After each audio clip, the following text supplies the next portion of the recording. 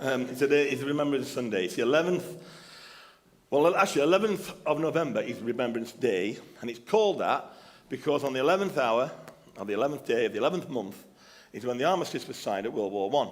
That's the background to it. And they were set in stone the year after that this was going to be Remembrance Day for the Great War, the war to end all wars that will never happen again. So, of course it did, and it has. And this is where we are. But the fact that I like about Remembrance Sunday in particular is we don't just remember the Great War and World War II and other conflicts, but we live in the UK, which is unique in that it's a peaceful, in the main, place to live. And that's because of centuries of people defending our borders, not just the last sort of few decades. So I am thankful for our armed forces.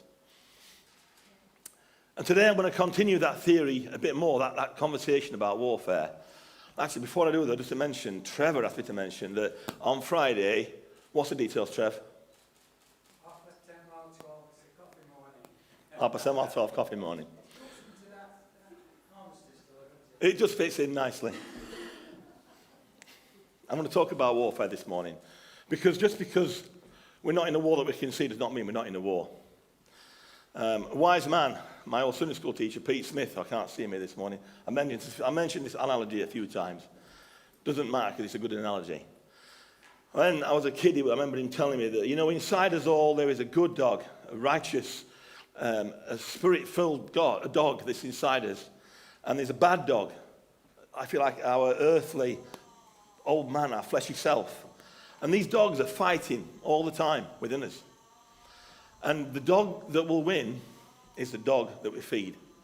And at a very basic level, that's what warfare is all about. It's a very, very basic level. And I'm going to continue thinking that through a little bit. I'm going to talk a bit about the armour of God, which is a chapter in Ephesians 6, which many of you will be familiar with. I'm not going to cover it all. I'm just going to pick some bits from it just to create a base for this message. But Ephesians, obviously written to the people in Ephesus, purportedly by Paul. Now, Paul lived in Ephesus for 2 or 3 years, quite a long time, actually, during his travels. I think it was probably the longest place he lived. And he was there around AD 60. So a bit of background to that. But the Romans took over that city in BC 130, thereabouts. So by the time Paul went there, the Romans had been unoccupied for 180 years. There was every generation, that's all anybody could remember, was Roman occupation. Now, Ephesus was really big. By the time Paul left, it had about 250,000 people living in it, and he actually wrote back to them from Rome in AD 70, so probably 6-7 years past maybe. But it's a really big town. It was a major Roman city, a major port. It's still a big place. Rachel and I went there a few years ago, about 15 years ago. When you go on holiday and they sell you these trips, don't they? And they say you're going to a luxury coach. They're going to pick you up and take you to the ancient city of Ephesus and stay overnight, and then you get a luxury coach back again. It was true, it was a coach. It wasn't a luxury coach. And as I recollect, basically it's me and Rachel, and like everybody else on the coach was Russian.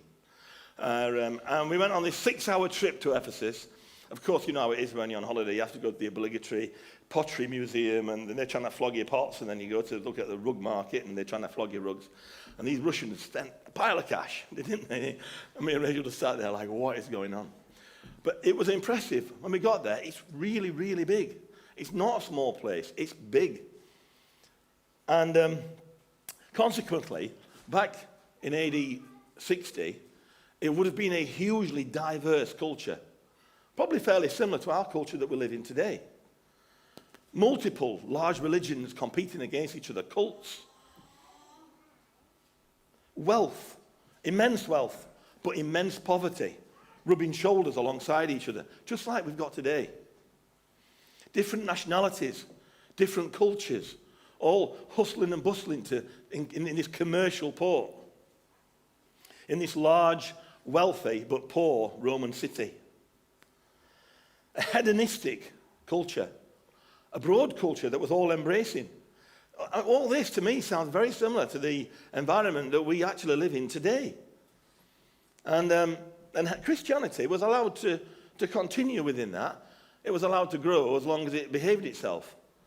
But unfortunately, it didn't behave itself. It grew, and it grew, and it grew. And eventually, one of the silversmiths there, who could see his profession being dwindling to nothing as he made idols, Demetrius, he sort of worked up the crowd, created a lynch mob, and Paul was lucky to escape with his life. I'm not sure the word is lucky, actually. Paul escaped with his life, eventually fled out of Ephesus, but he wrote back to them from Rome. And I think he had a bit of a soft spot for the Ephesians. There 2 or 3 years, one of his letters, I think he had a bit of a soft spot for them. But he never goes back there. But naturally, when he was speaking back to the Ephesians, he would, when talking about warfare, naturally talk about the Roman army, the Roman armor, because that's what everybody saw. That would have been the sort of armor of the day, if you like. And he was talking about their culture, like our culture, a culture that values, probably in a lot of cases, the wrong things. A culture that is difficult to live in. You see, the challenge we've got as Christians is, I think we sometimes think as Christians that when we become a Christian, we sort of opt out of the world. But we still live in this broken world.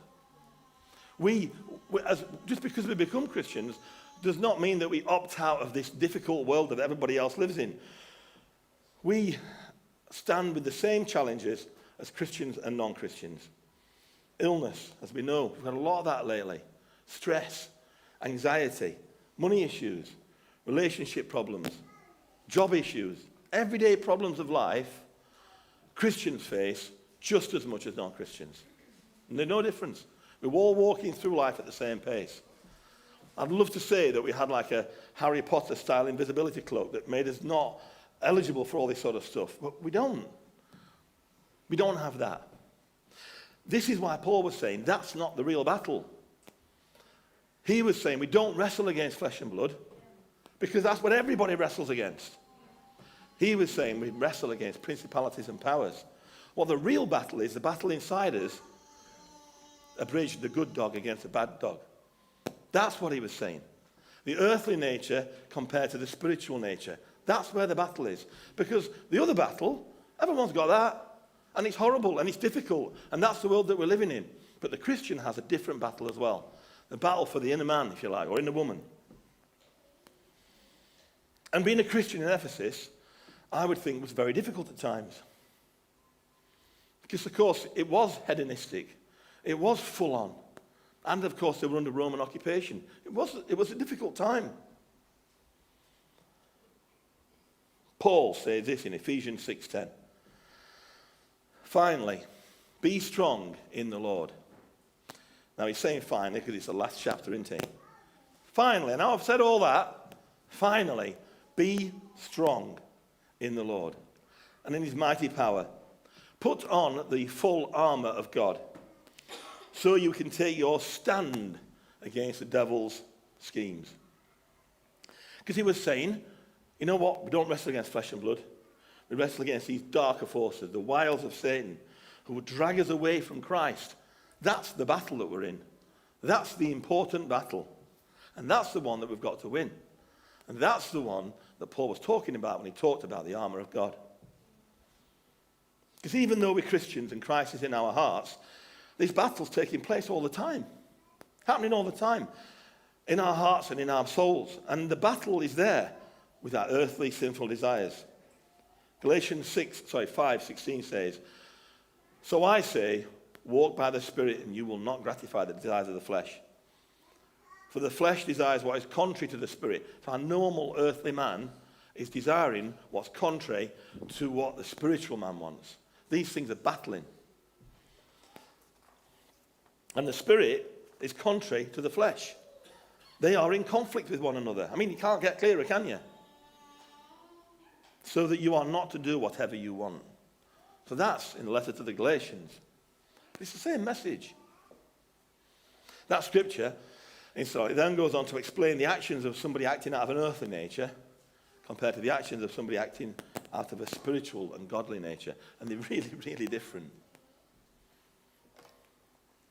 So, how do we win this battle? What do we do? It's all about intention, commitment, and equipment. See what I did there? 3 words that sound sort of similar. Attention, commitment, and equipment. We've got to, first of all, intend. We've got to have good intentions, haven't we? Now, we're heading towards New Year's resolutions, aren't we? A time of intention. You know, so next year I intend to lose weight. I intend to be a better husband. I intend to be a better son. I intend to be a better daughter, a better mother, a better father, a better whatever. I intend to be in the Bible more. I tend to come to the church more. Whatever it is. This is that time of year where we say, I intend to do something different. Surely that sounds familiar. All of us do that. All year round, I'm always intending to do something. Now, it's possible for us to suggest that good intentions are pointless. Not true. Good intentions are essential. I mean, the opposite would be bad intentions, wouldn't it? I mean, if I were to say to you, I've been too good this year to my wife, next year I intend to be a worse husband, that would be ridiculous. Or, you know what, I really feel I've been a bit too healthy, so next year I'll eat more chocolate and drink more beer. I might even start smoking. What a great possibility. Nobody's going to do that. Nobody has bad intentions. You'd think I'm a lunatic. It's just not what people do. So good intentions are important. Do not put them down. And when Paul says, finally, where's it gone? Finally, be strong. What he's saying there is, finally, approach this, decide your direction. Decide your direction. Be strong. Have good intentions. Let's not undermine their value. Of course, they aren't the whole story. I recognize that. But unless we start with a good intention, we're definitely not going to get a good result. Start with a good intention. Secondly, commitment. You know, Paul talks about it. He says, to stand. Stand. Stand firm then. He's saying, be committed. Be persistent. Be reliable. Very closely linked to intent. Because if you are not committed, then your intentions are just intentions. But if you are committed to a course of action and you stand firm, then your intentions become reality. And let's be honest, we all know that standing firm, being committed, is much more about perspiration than inspiration. It is. If it was easy, everybody would do it. I might not look that way now, but years and years ago, I ran marathons. It's true. And for about 15 years, I was a long-distance runner, so 5Ks, 10Ks, half marathons and marathons. And I was never very good at it. I've got to be honest with you. I was a bad runner. I was heavy. I was slow. But you know what I was? I was utterly persistent. I never gave up. And so I was never going to be an athlete, but I loved running. And there's a moment in time in any long race where you want to give up. Actually, there's many, many moments of time where you want to give up. And the thing that keeps those that finish races from those that don't is not their level of fitness. It is their level of persistence. It is not their level of fitness. It is not how fit they are, because there were definitely people that were fitter than me that did not finish races. 100% that is the truth. You'd go on 3 or 4 miles into a race, you'd be seeing, and you can see these people that are like racing snakes, built like whippets. And they're like, and they're walking, and I'm like, goodness gracious, man, get over yourself, come on. It's persistence that wins the race, not always fitness. Oh, you need a certain amount of fitness, obviously. But it's persistence. It's sheer bloody-mindedness that gets you through sometimes. It's just setting your face as flint and going for it. Commitment. We need to decide that we're going to do something and crack on. You know? Have our intention, make a commitment, and do it. So I'm going to look at that verse that goes on from the bit I've just read. The bit where Paul starts to talk about the actual battle. I'm just going to read it out. So this is Ephesians 6:12 onwards. For our struggle is not against flesh and blood. All right, I've said that already. The struggle we face is not the natural world. It's the one that's inside. But against the rulers, against the authorities, against the powers of this dark world, and against the spiritual forces of evil in the heavenly realms. Therefore, put on the full armor of God in the heavenly realms. Put on the full armor of God, so that when the day of evil comes, you may be able to stand your ground. And after you've done everything, to stand. To keep going. Is it popping, is it?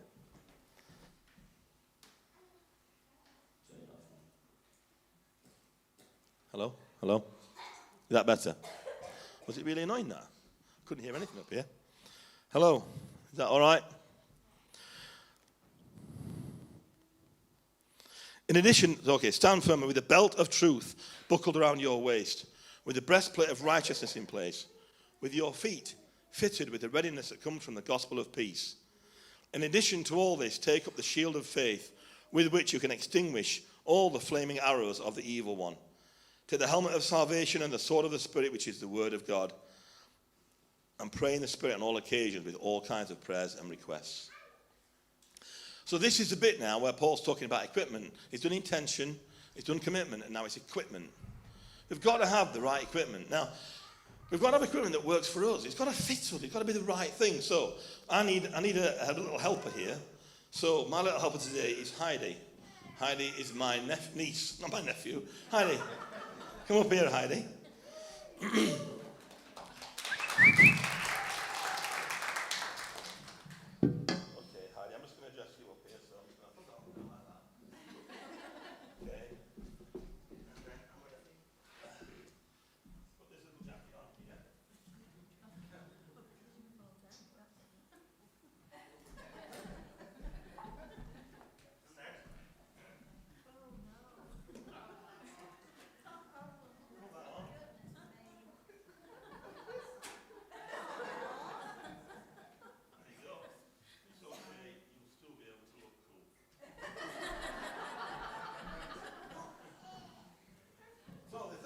This is my armour.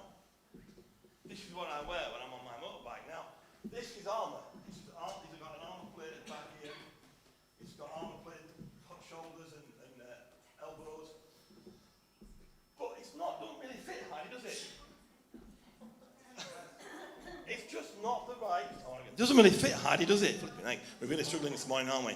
This is my armour, and this is also my niece. And this armour doesn't fit Heidi. It doesn't fit her. It doesn't look right. Walk around a bit, Heidi. Let's have a look at you. You couldn't go in a battle like that, could you? It'd be crazy.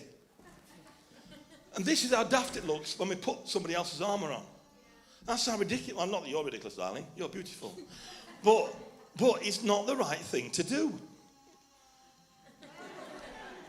We've got to wear our armour. We've got to wear the right equipment. If we use somebody else's equipment or we wear the wrong armour, we'll fail. Thanks, Daddy. We will fail. A story that illustrates this is David and Goliath. It illustrates it really, really well. Now, David was a nobody. He was a small boy. And the background to this is the Israelites are fighting the Philistines, and Goliath he's a brute of a man. Goliath is leading the Philistines, and he's calling the Israelites out. Now, Goliath, the Bible says he's 9 foot 9 inches. That's big. I mean, I'm 5'11", and for the purposes of this discussion, I'm 6'1". You can remember those words. So I'm 6'1", 5'11", and so this is about 8'5" or something like that. So there's another foot at least on top of me, bigger than James Jenkinson. He's a big guy, massive, a monster. And he's calling out the army of the Lord. He's calling them out.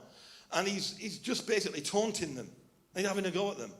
Now, make no bones about it, these are the best fighting men in the world, the people he's calling out. This is not like a ragtag army. This is the best fighting army in the world. And Saul's no fool. He's not a good king, but he's a good fighter, a good strategist. But Saul don't want to fight him. Nobody wants to fight him. Saul offers untold riches and his daughter down in marriage, all that type of stuff. Nobody wants to fight Goliath. But David, this nobody, this 14-year-old boy, this boy is probably this sort of height.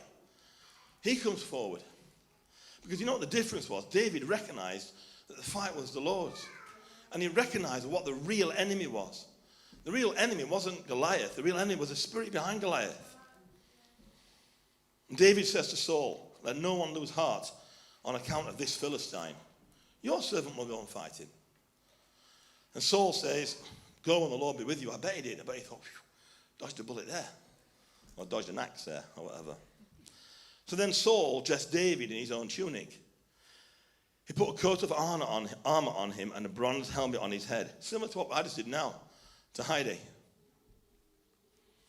And David fastened the sword up and tried to walk around, but he couldn't because he wasn't used to them. I cannot go in these, he said to Saul. I'm not used to them. They were the wrong size, the wrong product, the wrong armor. So he took them off. And then David goes and gets his staff and 5 stones because he knows that that's the right armor to go against Goliath with. Now, bear in your mind, Saul's armor was probably the best armor possibly in the known world at the time. Certainly on that battlefield. It wasn't rubbish armor. It was great. But it wasn't David's. David couldn't move in it. Now, obviously, I'm not suggesting that we do our own thing. We all rebel and just do our own. That's not what I'm saying. David is described as a man after God's heart. The difference was David knew it was God's way. He knew it was God's battle. And so he went forward with intention to stand. He did stand, he did commit, and he did fight. And my point is this, we are adults in here. We are Christian adults. We are not children in God. And we need to find our fight. And we need to fight this fight because it is real. It's what we fight every day. And if we ignore it, if we just sort of apathetic and drift through that day, then Satan has control of us. We are adults. We are Christians. We are in relationship with God. And we need to seek our armor. So Paul, pictorially, naturally, like I said, referenced the Roman soldier, like he would do. So just to talk about that for a second. He talked about the belt of truth. We need to be people without guile and without deceit. We're called to be that person. Most of us in here are old enough to know people that have lied to us, or they've given us half-truths, and they've let us believe a full truth. It's still a lie. And we need to live in a different way. We need to be truthful in what we do. The breastplate of righteousness, decency, honesty, integrity. Out of these 6 things, I don't think it's any coincidence that 2 of them are about honesty, decency, integrity, and truthfulness. I'll tell you why. Because we're up against the liar of all liars. Satan's a liar and the father of lies. That's what we're competing against. And Paul's making it absolutely clear, a fundamental part of our armor is to be straight and honest and decent. And not be a trickster. He talks about battle shoes. Shoes shod. Ready to go anywhere for God. Now, when I was a kid, I used to think, oh, goodness me, I don't really want to go to wherever to be a missionary. You know, I don't think that's what Paul's actually saying to us. He's saying, wherever you are, go in with your shoes on, with God's shoes on. This is our battlefield, obviously. Wherever you live, wherever you work, be ready to do God's work wherever you are. The shield of faith. Belief to enable us to handle doubts and temptations. Because Satan is a liar and the father of lies, and the way that he handled remember in the garden, did God say? That's one of the ways he'll attack us. So we need to know our faith. We need to know what God would do. Rachel and I have been married 26 years. And we're often apart from each other, maybe not in this year, but normally for 2 weeks at a time. And we don't check up on each other. We're not, where are you tonight? Ooh, I've got a tracker on your phone. I can see you were half an hour late getting in. But why do we do that? Because I've got faith in Rachel. And Rachel's got faith in me. And that has come about because of years and years of building a relationship. So we know each other. And we need to know the mind of Christ to get the shield of faith in our lives so that when we hear a lie of Satan, we recognize it for what it is. And he says, you know what, sir, I'm not having that. That's a lie. I know that's not true. The helmet of salvation. Of course, we need to be saved. First and foremost, we need God in our lives. And lastly, the sword of the Spirit. The only weapon there is the sword of the Spirit, but that's the Bible. And we need to know our Bible, because then we can recognize a lie when we see it, and we know it's not what God would do. And all that's part of building a relationship. And all that's how we combat, all that's how we win this inner battle. The band want to come on. You know, armor's great. Of course it is. Saul's armor was great. Of course it was. And it may be that it looked really fine and really fancy. But ultimately, it's just an ornament unless it's the right armor on you. Because armor's designed not to be clean and beautiful and lovely. It's designed to get dented. It's designed in battle to get sweaty and dirty and horrible. And that's where we are. We are in the battle. And if we don't engage, then our armor doesn't get dirty, don't get tried. We need to engage in this war. Today, let's be reminded that God has given you and me the armor that we need. It is there. The belt of truth. Let's be without guile. Righteousness. Let's be people of integrity. Battle shoes, ready to go where God wants us to go. Faithful and knowledgeable with the shield of faith, so we recognize a lie when we see it. Helmet of salvation. Let's be Christians. And the sword of the Spirit, let's know our Bible. Like David, we don't need swords and javelins and spears. We don't need to borrow the style and personality of other people. We need to be ourselves. But we do need these attributes in our lives. Oh, and lastly, make sure you feed the right dog. Okay?